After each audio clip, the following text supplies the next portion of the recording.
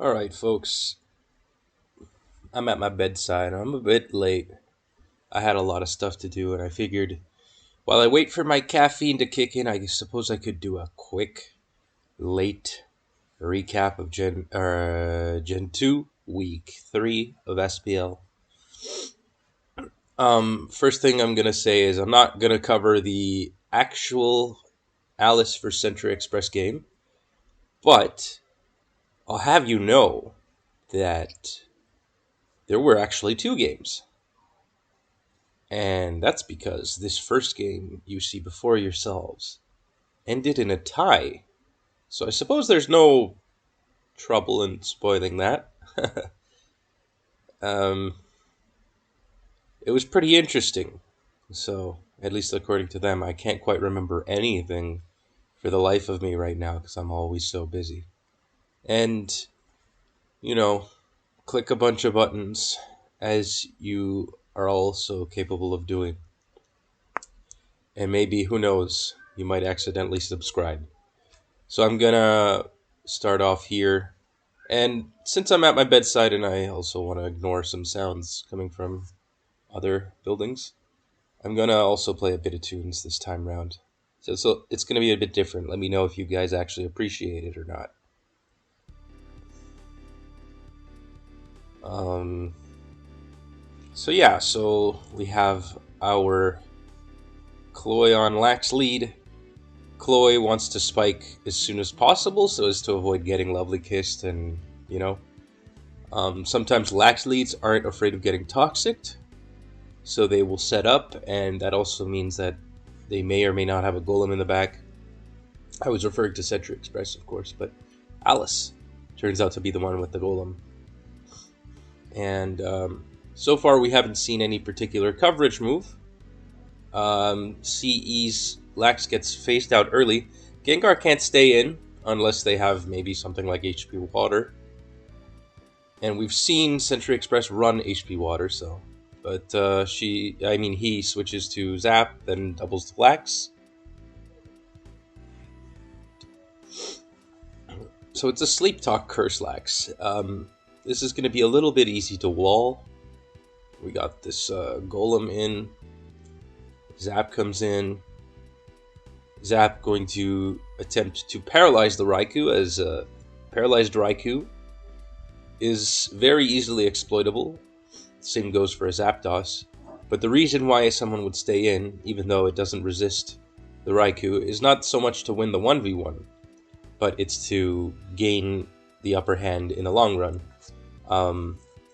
It can prove valuable because Zapdos can paralyze Raikou, so if you manage to paralyze it, then you can immediately attempt to capitalize with a ground or a Lax in this case. So we do see Eggy, and this is looking a lot like that double elect team that Alice ran in the GSC Invitational 2, the one that led them to winning. Psychic. So this Eggy could be HP Fire. Generally, you're able to see that off of a Hidden Power Ice roll, because those are uncharacteristically high.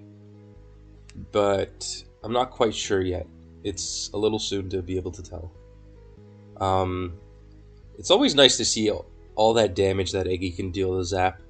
Gets a Spadef drop there, so Century Express can decide to stay in or not. The reason for switching out is, of course,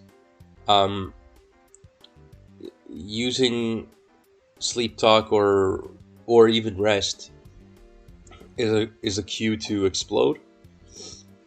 And so Century Express decides to go to T-Tar. So it's looking a lot like a Nidogar Tar with Lax lead. We still have yet to see Cloyster in. And Century Express scouts for possibly a Sleep Powder there. Good on Alice to go for Giga Drain, I suppose. And Psychic, look at that. Psychic dealing 36, but it's just enough to take down that Zap. And then we see Pursuit. but the pursuit out damages the Giga Drain recovery. So no matter, except yes matter, because Century Express was sort of clicking certain buttons, and I think that the pursuit led Alice to believe that this may not have been a fire tar, or even a crunch one. And so you stay in, and then looky here what happens. Stay in on a flamethrower. Though it wasn't so much that Alice had a false sense of security. You could argue that, and I wouldn't disagree, but it's always important to stay safe against tar, because tar can literally run all of the strong moves. In Surf, we see barely keeps that tar alive. It's gonna die to spikes. So Century Express switches it out as fodder. Chloe coming in here is rather interesting, but CE's just gonna switch back, so that was a good cue there. Of course, if Alice had boomed and successfully won the speed tie, we'll never really know, but she definitely would have been at a huge advantage in the Spikes War. Now now we see a Golem, so it's not Needle, but it's Golem Gartar, which seems to be people catching on to this trend of running more than one normal resist in SPL, and I think I've mentioned this a couple of times, but one of the first instances in which this really caught my attention was back in SPL XII in the finals between Conflict and ABR. And Conflict ran Lix Tar Gar, which was, for me at least, really interesting. So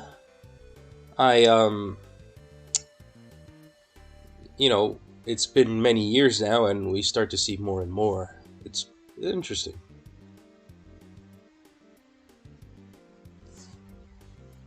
I mean,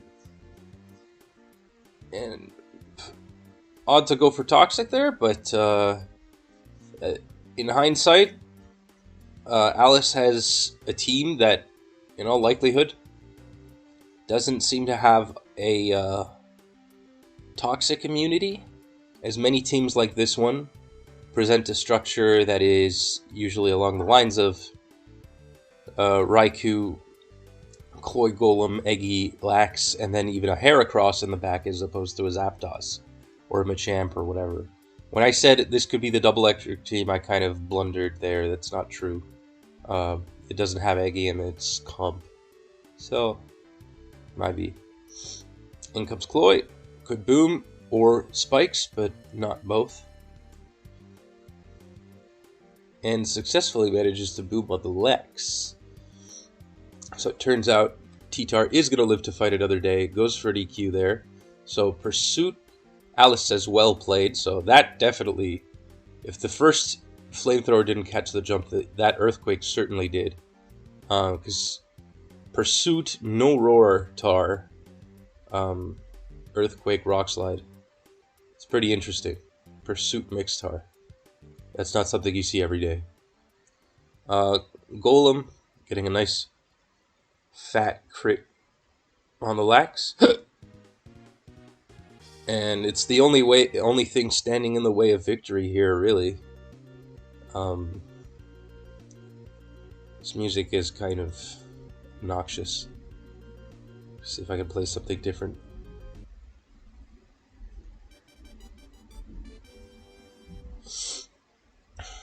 EQs and stuff. Finally, we see a curse after a bunch of turns.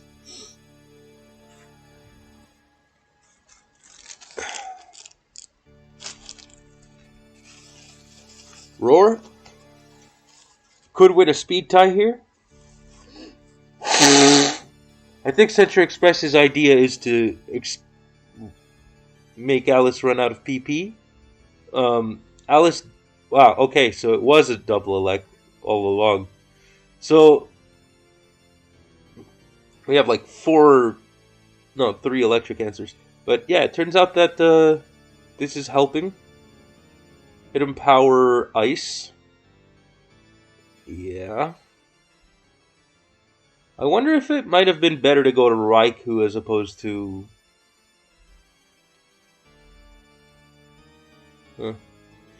Well, there's a Destiny Bond, and as you guys know, Destiny Bond, there's no self-KO clause, and so the game ended up in a tie. With an accidental crit, Alice was really just trying to chip and waste time.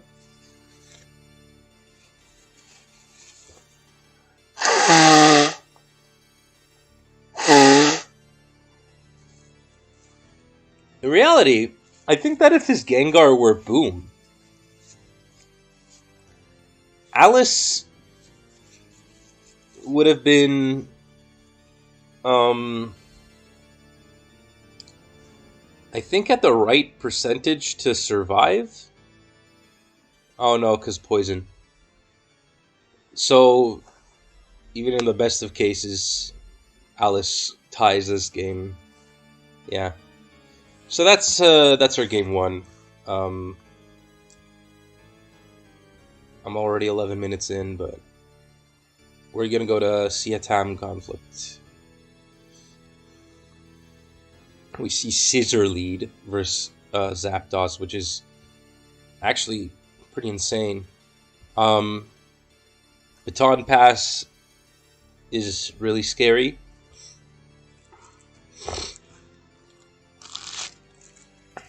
And Zapdos doesn't want to let Scissor Baton Pass to a Marowak.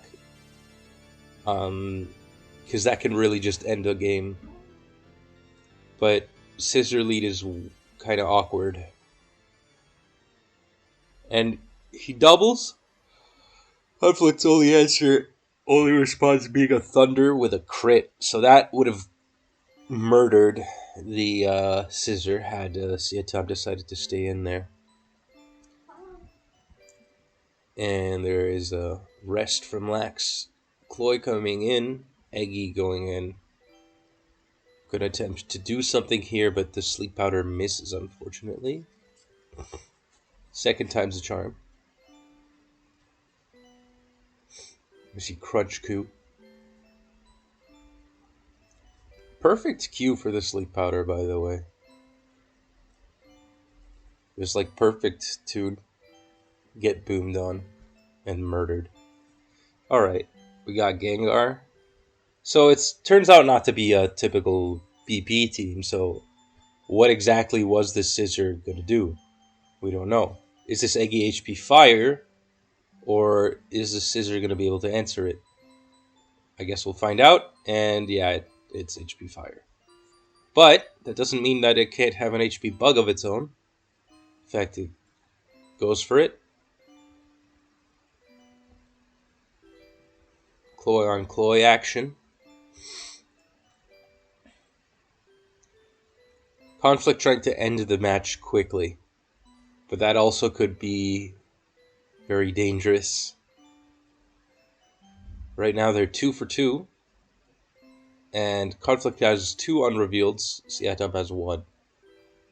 Gengar could go for a boom here. Gets a nice fat crit on that thingamajig.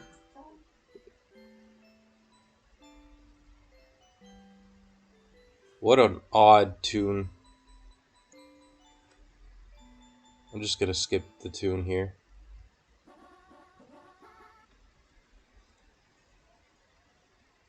Lovely kiss. Curse.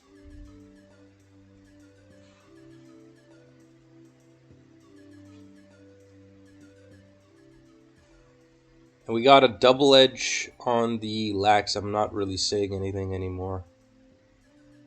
It's kind of hard to follow. I'm not really good at this. Following these things. Hey, just realized Conflict has the same team as Ellis.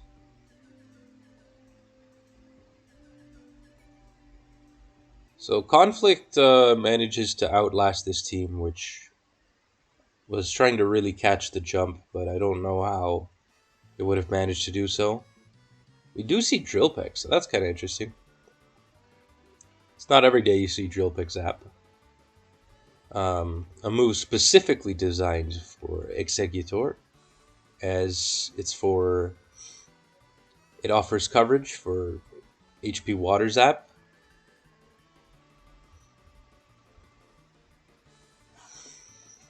Yeah, that's pretty interesting. Conflict says the random scissors scared me for a second. So I wonder what the reason for going double electric was. I think I've seen at least 3 double electrics in this SPL season, and that looks like an all-time high.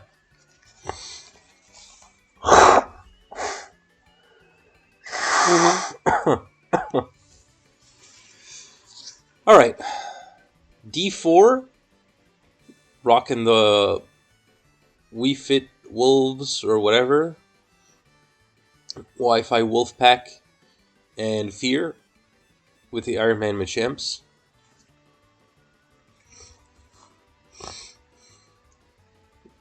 Zap switching into Cloy, and then D4 going for the South American double, as I like to call it.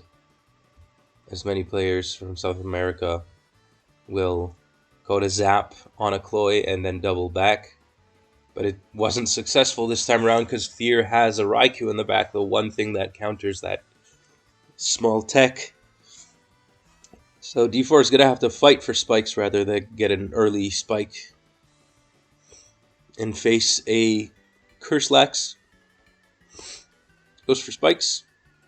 Body Slam, but Body Slam is even less threatening than Double Edge, in my opinion. It allows you an extra turn to act. So D4 is going to do just that. Fear goes for two Body Slams rather than a second Curse, which is kind of interesting. Could be having a Golem in the back, and we do see Licks from D4. So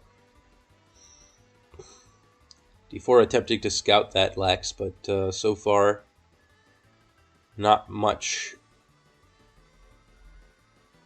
We haven't seen much. There's the Curse, and the Rest, and the Boom. Good sequence here. This Lax could die. So, Fear goes to Donphan, of all things. The Rapid Spinner that is not Golem from UUBL. And spins and look. Oh my god. Holy crap. It took that double edge really well. That's not even a 3-hit KO. Damn, deceptively bulky.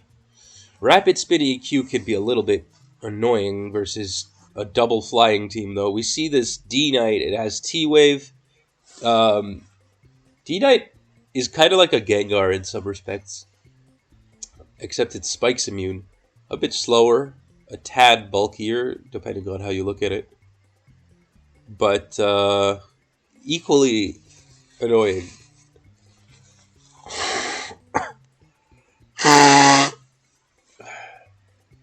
Man, I have a cold.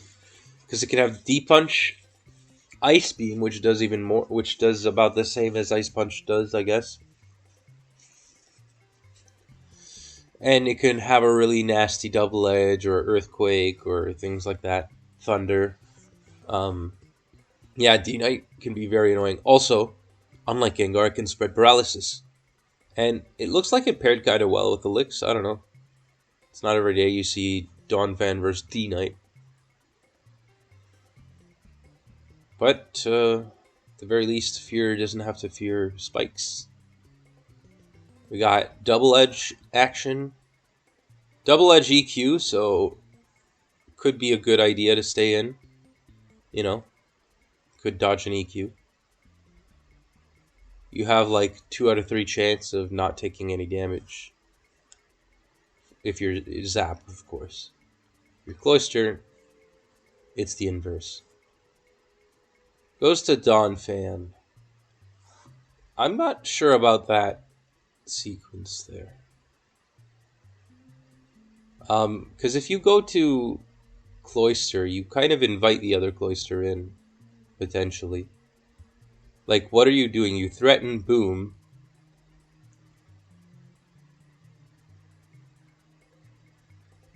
And you basically invite the other person to go for their least valuable piece, whatever that is. Or you just force them, potentially, to reveal another Mon. Lots of people are rocking more than one normal resist.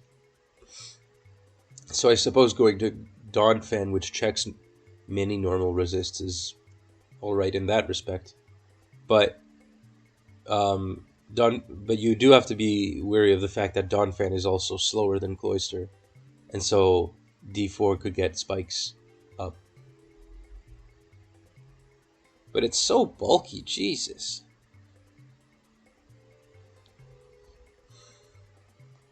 That's so cool.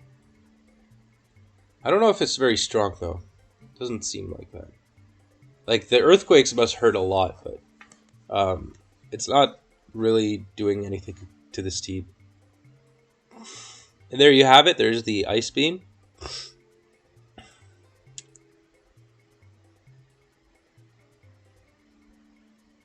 In comes Dawn Fan again.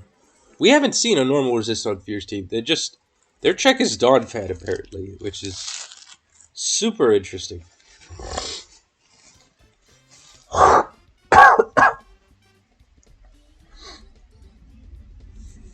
Lax on Lax. Switches out, goes to Cloy. Same as before, only this time Cloister's getting more and more chipped, so why not go to Dawn Fan that time? Boom! I guess that's why. Alright. And we do in fact see another normal resist in Tar, so Tar D-Knight Licks is interesting. I wonder who came up with that squad.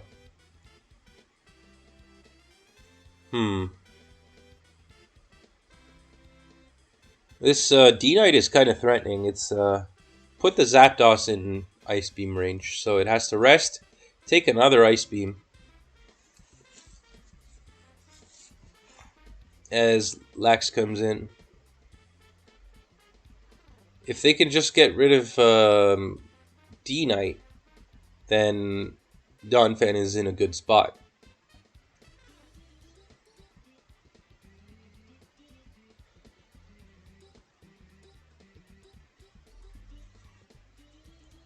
Fear has the numbers advantage and one unrevealed.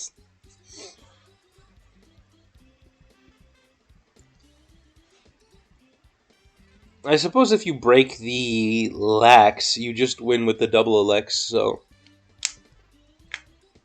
it's not like Fear doesn't have his outs.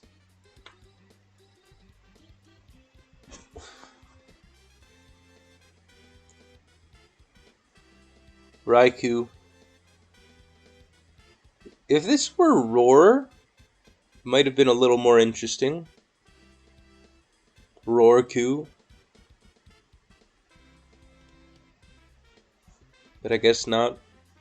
Looks to be Sleep Talk.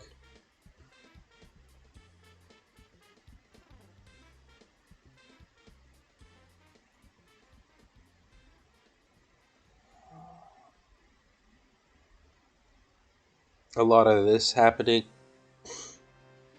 Ice Beam shenanigans.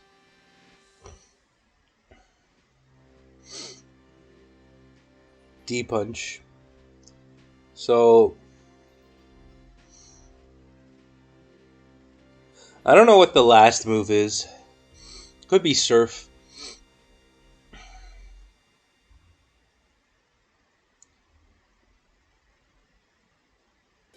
And we see a Boom, which is interesting.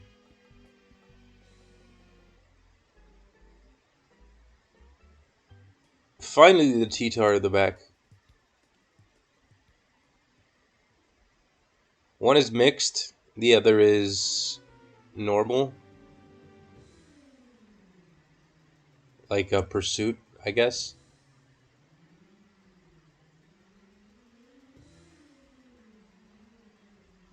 Unfortunate D-punch.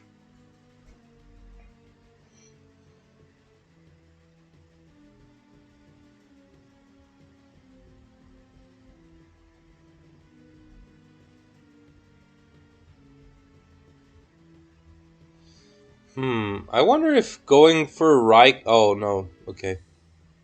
So it's Sleep Talk. And it's also Crunch. We've seen 2 Sleep Talk Crunch coups. People really respected Gengar. But it turns out to be a tad unfavorable.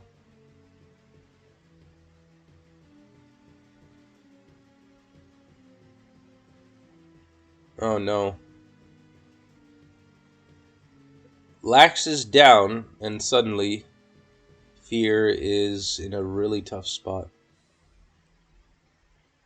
Without a real means to defeat Lax and D-Knight together. And right then and there, Raikou gets frozen. So that looks to be the game.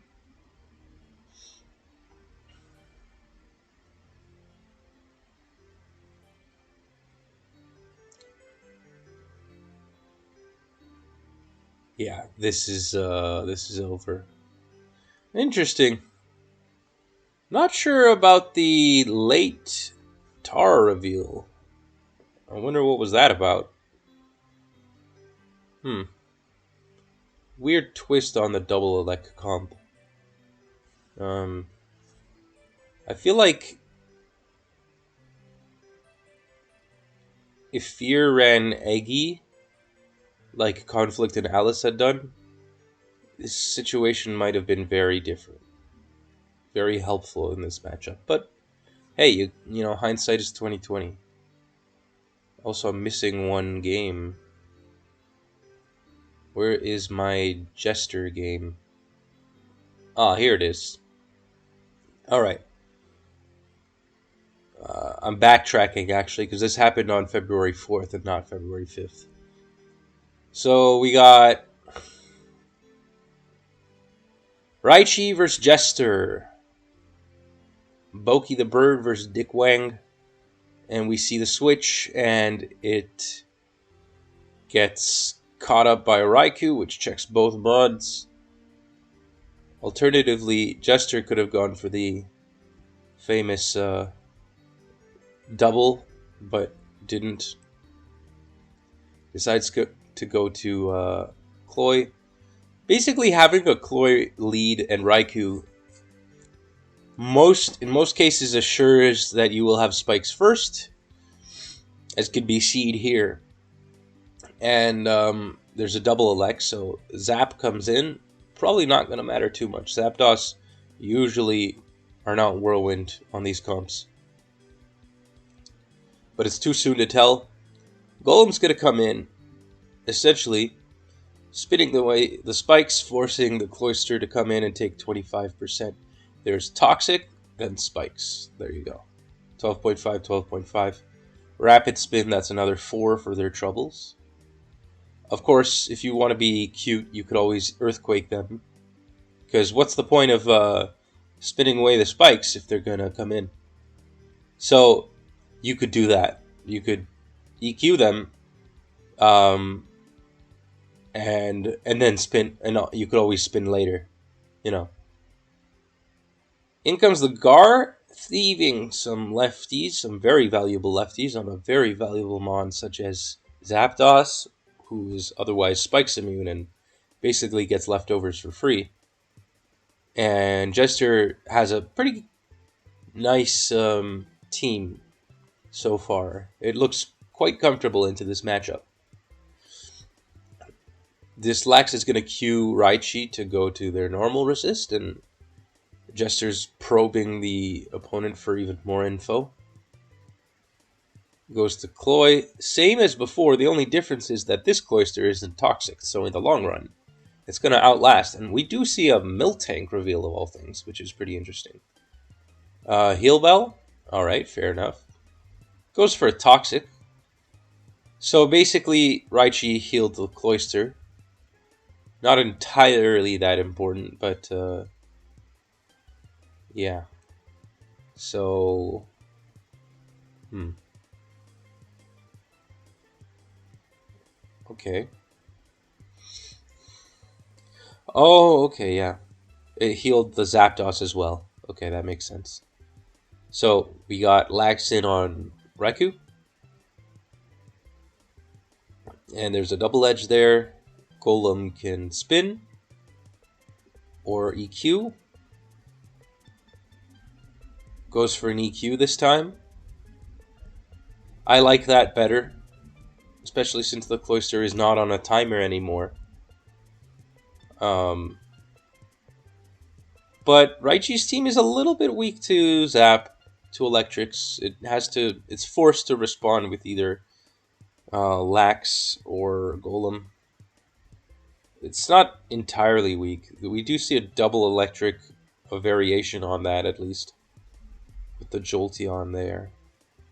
I didn't mention that the Jolteon came in on a rest turn, which was nice, but didn't really do anything, just dipped. Zapdos gets Toxic, and Jester goes to Zapdos instead of Raikou, taking a Fat Thunder, and then going to Raikou. I wonder what the deal on that was. Probably just not to let Jolteon come in for free? I don't know. It's T-Bolt Coup, so not quite as threatening versus Zap. Both of these electrics, or all four of them, I suppose, are equally threatening. In comes Chloe on a spin turn, so they can spike again. No issue, no concern. Jolteon's gonna come in. Interesting to go to Golem there. Probably gonna double here because of Hidden Power Water. I think Jolteon is strong enough to KO Oko the Golem at that percentage with HP Water. And usually when you have two electrics, you want them to have different hidden powers. Usually. So Jolteon coming in on Sleep Talk Coup.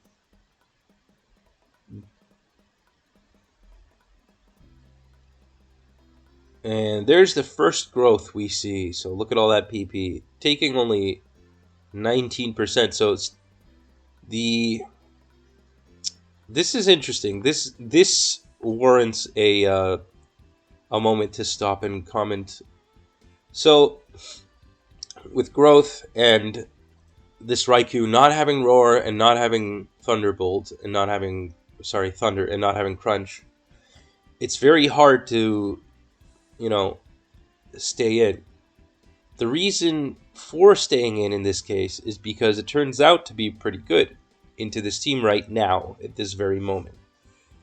Because growth is really scary, and Jolteon's at such a percentage that Double Edge probably doesn't OHKO.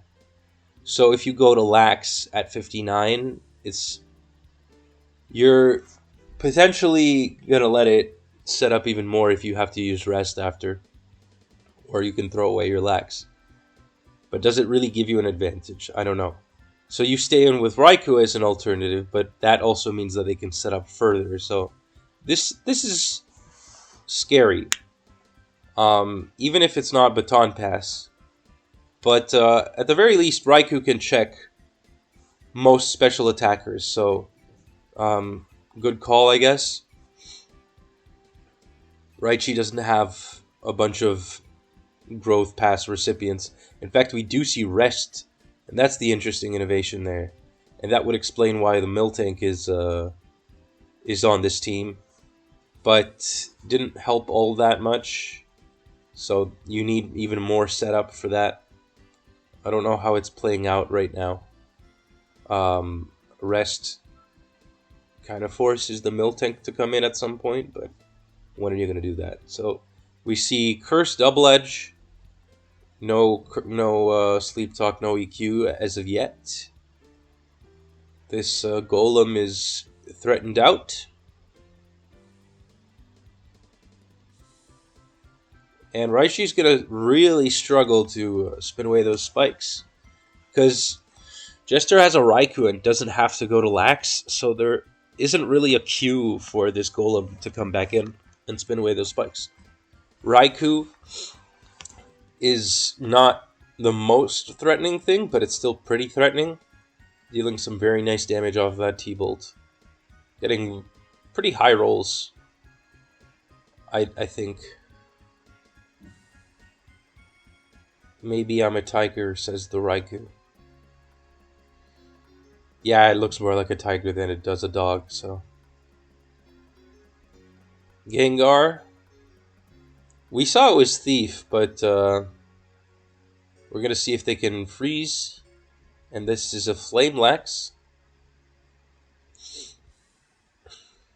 Not very strong into offense, Raichi's team, I'm afraid. But it has its moments, so we'll see. So far, it's been holding up. Golem, Roar, Miltank, Boki the Cow. Boki the Cow is looking to heal Bell here. And in fact, it does. But has no spikes to pressure right now. So all of Jester's mons are coming back. Gengar can click Ice Punch for free. And it's also facing Flamelax. And in fact, it gets an Ice Punch freeze. So many Ice Punch freezes. I think I've seen 3 in this SPL at least.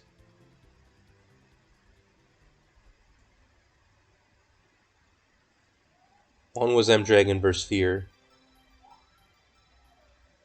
Jolteon comes in. And we're going to speed things up. Because 70 turns, no KO as of yet. Miltank, full para, Growl, Heal Bell. What did they heal Bell this time? Whatever. Jolteon. Oh, this is getting annoying.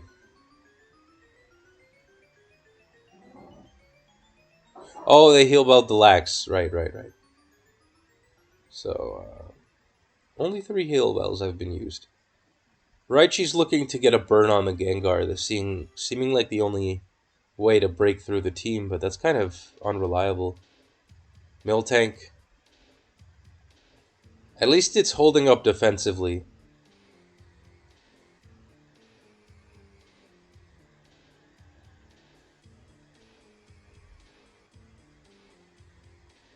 If Jester can get a para on the Jolteon, that's nice. That would be nice.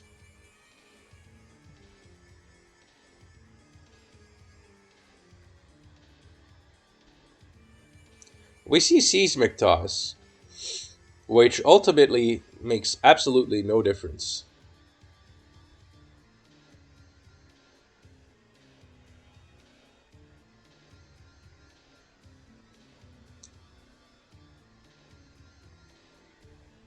I think there's going to be at least one more freeze. So we see Fire Punch. Thief, Ice Punch, Fire Punch. Interesting.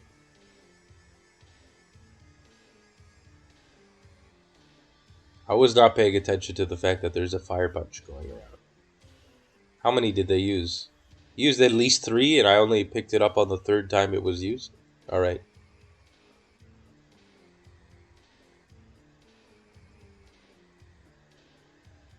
Golem. I don't think they're going to boom here. Yeah, no. Boki, the shell, finally can get spikes up again.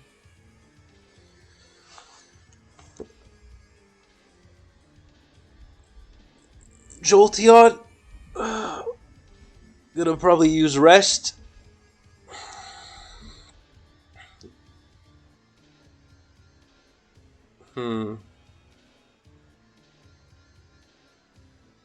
The Thunder Miss kind of mattered there.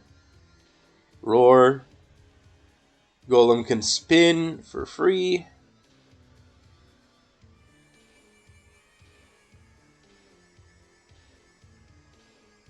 Gengar can come in for free. Ice Punch for free. Ice Punch again. Curse. Ice Punch. At least the Lax can hit the Gar. Ice Punch again. Flame. Flame again. No burn. Golem can boom, but probably doesn't want to. Lax is forced out. It's at a weak state. Cloyster's also weak. Gengar doing Gengar things. My lord. Double Edge EQ. Raikou. Hidden Power. Growth. Rest. Zapdos. If Raikou had simply stayed in there, it could have caught the jump on that bird.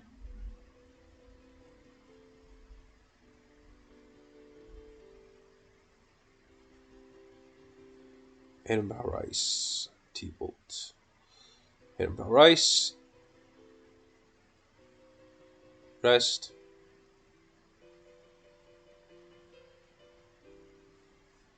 Jester's looking to get a nice fat crit, but... And there it is. There's the crit. Crit on the Lax. Arguably one of the strongest mons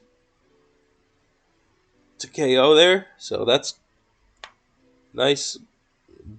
Voki the Rock comes in, but that really doesn't matter in the grand scheme of things. Jolteon. Jester looking to paralyze it. Raichu really has to attack, for crying out loud. And there's a crit on the Zap. Finally, something looks like it could be turned around. There's a nice T-Bolt there. I guess Jester attacks again. Yeah. Oh, and a pair on the worst possible turn. Worst possible turn. Pair on the Jolteon. From the fastest mon to the slowest. In Gen 2, your speed is quartered, meaning this thing doesn't even outspeed Lax. Probably doesn't even outspeed Lax at -1.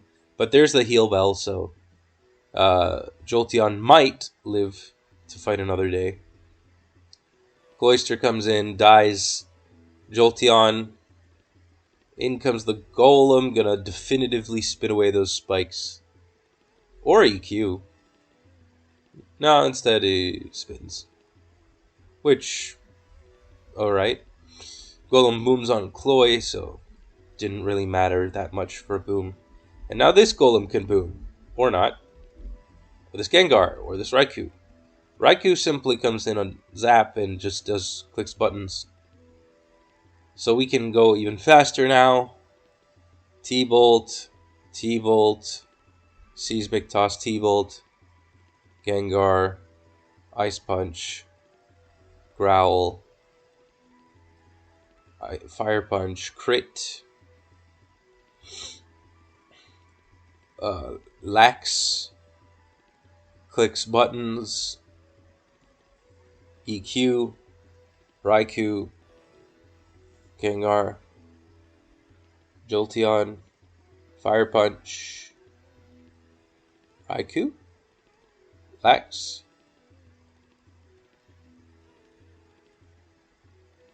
Jolteon, or Tiger.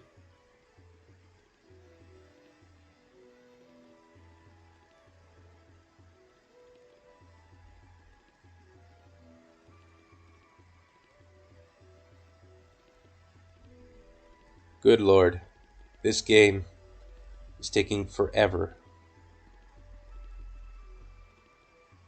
Just a lot of back and forth. Any second now. Looks like Jester won. Place your bets.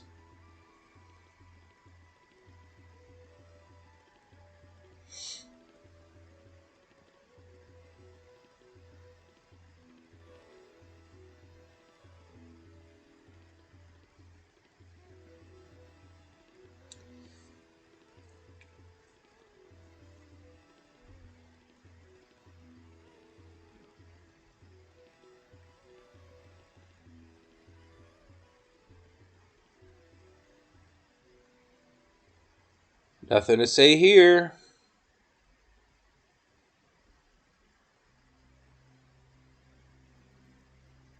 Raikou does Raikou things.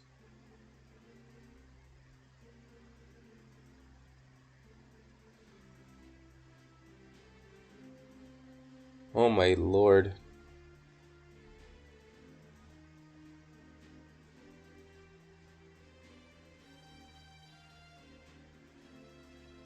This Miltank is proving to be very resilient, but only has one milk drink left. So it's not going to last.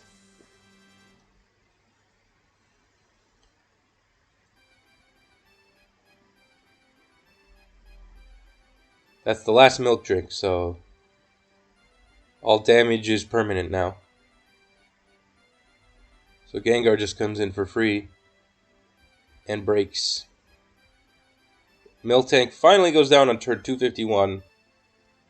And Lax and Ku are enough to win at this point. But really, you could just boom. And something goes down. Oh wow, the Lax was self-destruct. Alright. This didn't have to last 260 turns apparently. But they did anyways. Anyways, Boom Lax is cool. It's too bad that it didn't really matter in this matchup at all. Like, not even a bit. But whatever. Good job on Jester. We got, last but not least, M-Dragon versus Hyuga, which is pretty cool. So, we got Lax on Lax. Curse. Whereas Hyuga goes for Double Edge. Now, M-Dragon has the lead in terms of cursing and could attack, could do things. Gonna set up a second curse, which is nice. And gets a nice fat EQ on that Lix. But Lix is pretty durable. Lix is really bulky. We see an early Marowak, very early Marowak, is M-Dragon, who is on the bottom as Ardorin, goes to the Zap and then to a 4E. 4E, gonna lay spikes, I assume. And we do see a Starmie, so Hyuga looks like he has something like an Earthworm team, with Starmie as a paralysis spreader / spinner. But it has sub, so it might actually not be a paralysis spreader. Sub, spin, Hoi comes in.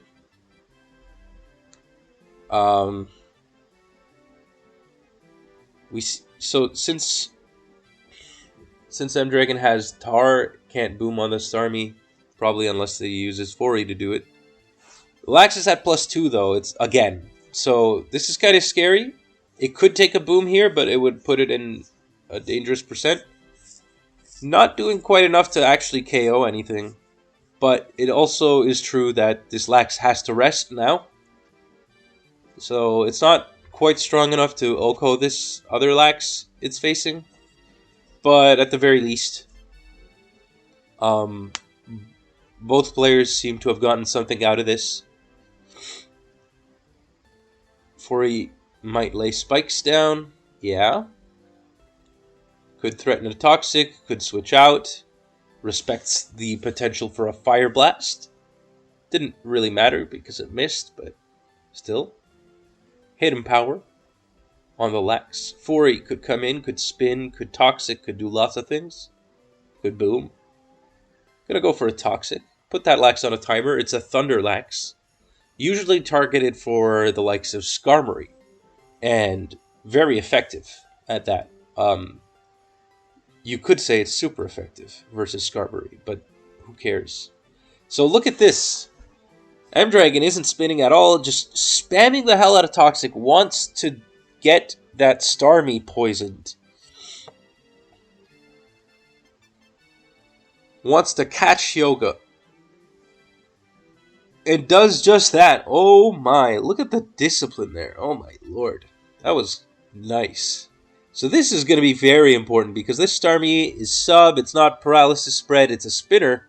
But in the long run, it's not going to be able to keep spikes away forever.